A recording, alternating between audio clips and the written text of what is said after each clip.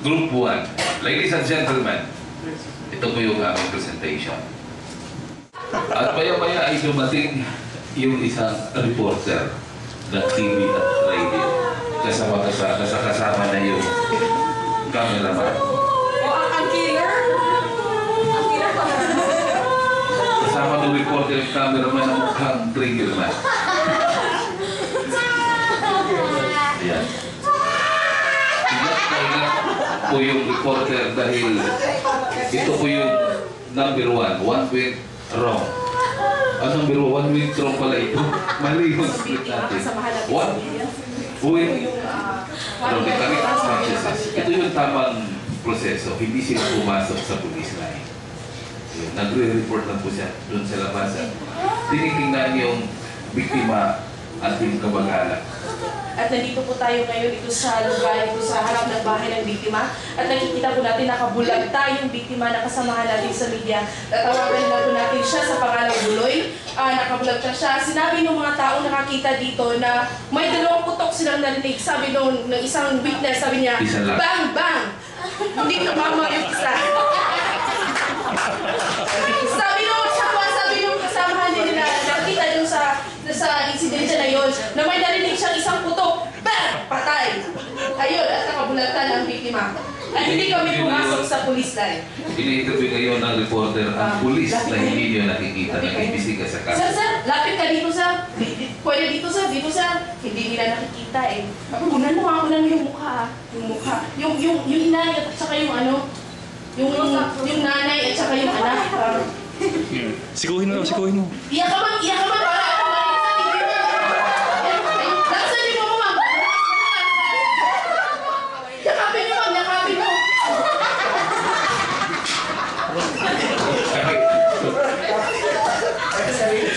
Maganda sa TV yan, maganda pa soundline sa iyak.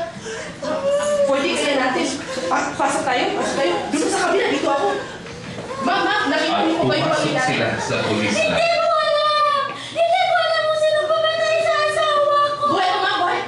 Hindi na talaga, patay na talaga eh. Ayun yung bala, oo, ayan. Nakita niyo po ba, ma'am? Ano ka ba? Nakita niyo ba? Sabi lang sa mga tao, ma'am, may babae daw ito eh. Meron ba? Kurata, nakita natin!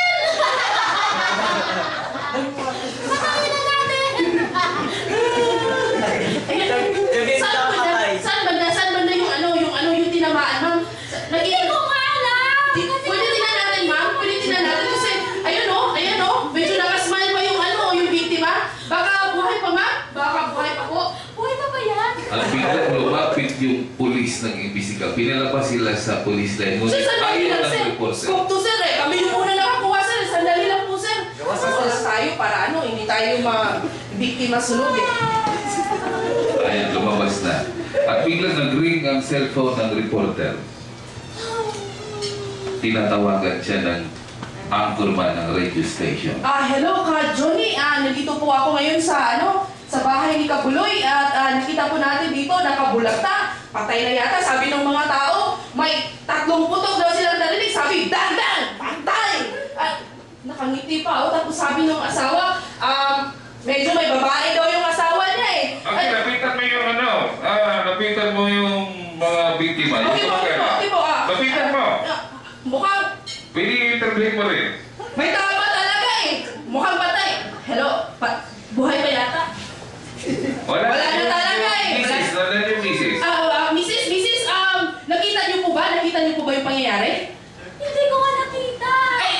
Sabi ma'am, nandun, nakalumo daw kayo nasa bintana daw kayo, nakikita niyo daw eh. Hindi, mali ang impormasyon na yan. Ma'am, sabi niyo kasi nung kapitbahay niyo, may babae daw ito, loko-loko na ang tao to eh. Meron ba? Wala kaya naman yung taong to. Dapat nga siyang patayin. Tumatagap din daw po ng payola, ma'am. Totoo po ba yun, ma'am? Yung alin ho? Yung payola po, yung tumatagap din ito ng pera galing sa customs. Ay, hindi ko alam eh. Hindi ko yan alam kasi wala akong pakialam sa kanyang trabaho. At bigla naputol yung cellphone ng karubat. Naputol ang cellphone po. Siya, wala akong battery. May battery ka ba? Ano na nangyari sa reporter ko sa labas? Wala na. Ma'am, may cellphone ka ba? Pwede pa hiram? Kasi kailangan ko may load to, may load. Meron. May load. Ano ba nangyari kanina? Naputol eh kasi Kanina ang cellphone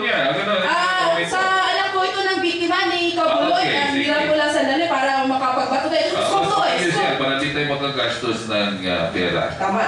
sa estasyon. Okay.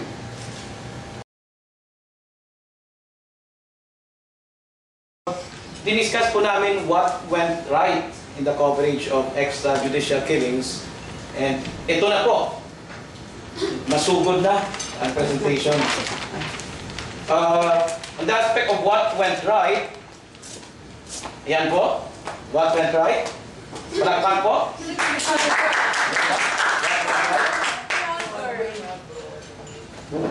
The quick reaction of media groups to killings, including the Ampatuan massacre, which is the worst case of media killings in the Philippines.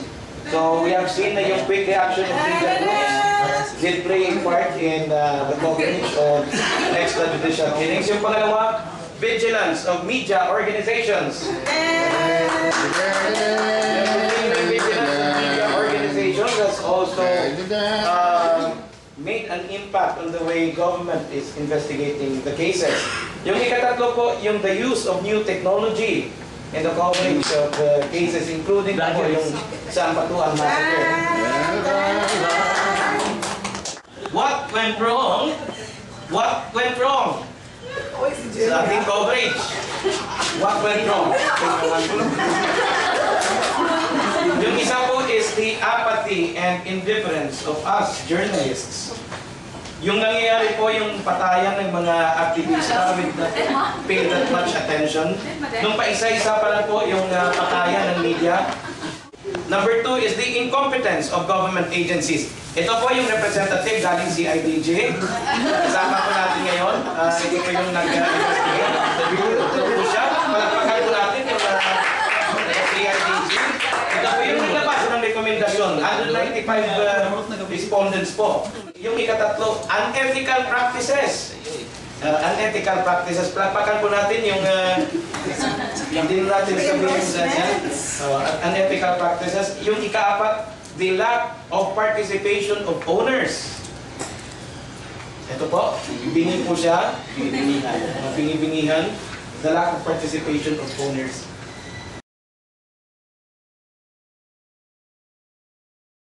Friends, nandito tayo ngayon para ating talakayin what are the views, what did the media, members of the media in the Central Visayas do in trying to prevent or perhaps mitigate the continuous killing of the members of the media. Good morning, everybody. Well, yes, of course, because you know the vanishing space of freedom of expression is very alarming today, as more and more journalists are being killed in light of Julie. And so, even if Seeger is not directly affected by the media killing issue, I mean, journalists like us, the issue has, you know, gave us a chilling effect. And you know, sir, exposing the systemic corruption in this country can be a dangerous exercise, since you know impunity is granted to these strongmen who support their paymasters, and journalists who attend these strongmen can be murdered without consequence. What have you done in Cebu regarding the continuous extrajudicial killings concerning the media? Well, basically, Edison, thank you very much for inviting us in your show, No problem. a top-breaking show. Basically, we have always been aware of what's happening, the extrajudicial killing, and how numbers are rising from 1986 up to present.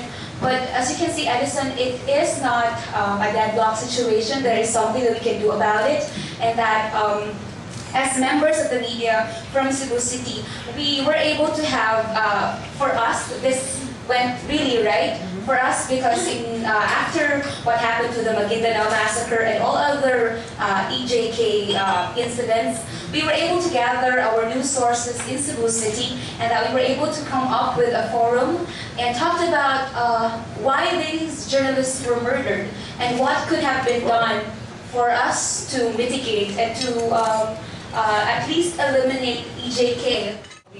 We're trying to make sure that we still be able to maintain that moniker, considering that it's a growing city. And as far as media killings are concerned,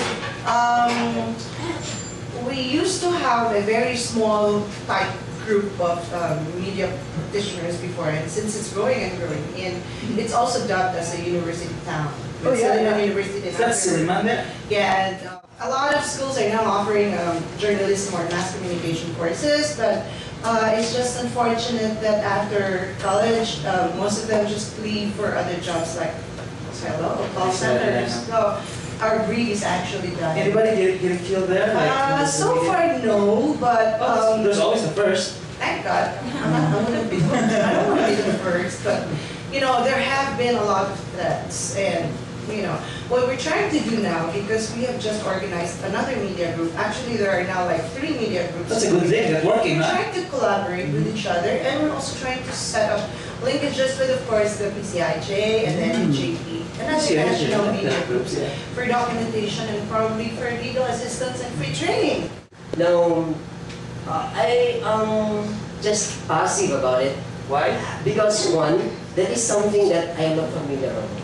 Oh, okay. That is a dangerous thing to do, to write something that I'm not familiar, and just to, especially that we are not going to the field, we are not going to interview.